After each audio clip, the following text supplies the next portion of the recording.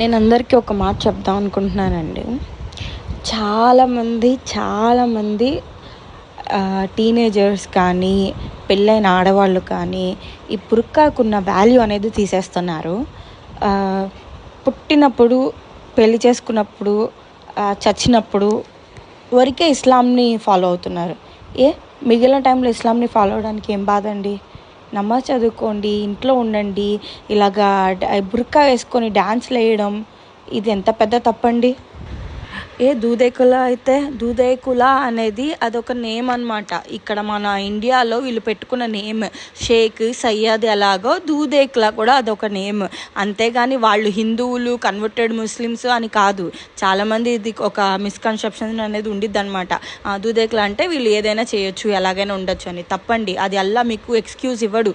ముస్లింగా పుట్టావు, ముస్లింలా కన్వర్ట్ అయ్యావు, ఎవరైనా సరే, అది ఉర్దూ అవ్వచ్చు, తెలుగు అవ్వచ్చు, కన్నడ, తమిళ్ ఎలాగైనా అవ్వచ్చు, ఇస్లాంని తప్పకుండా ఫాలో అవ్వాలి. వాళ్ళు ఉర్దూ మాట్లాడే వాళ్ళే బుర్కా వేసుకోవాలి, వీళ్ళు బుర్కా వేసుకోకూడదని ఎక్కడా లేదండి. ఆడవాళ్ళకి పర్దా వాజిబ్, తప్పకుండా వేసుకోవాలి. బుర్కా అనేది వేసుకోవాలి. అంతేగాని బుర్కాలు వేసుకొని ట్రైనుల్లో, రోడ్ల మీద డ్యాన్సులు వేస్తా, దాంట్లో వాయిస్ సింక్రనైజింగ్ వీడియోలు చేస్తా, ఇది తప్పండి. మీ వల్ల పద్ధతిగా ఉండే బుర్కా వేసుకున్న ఆడపిల్లలు పరుగు పోతుంది. Please consider.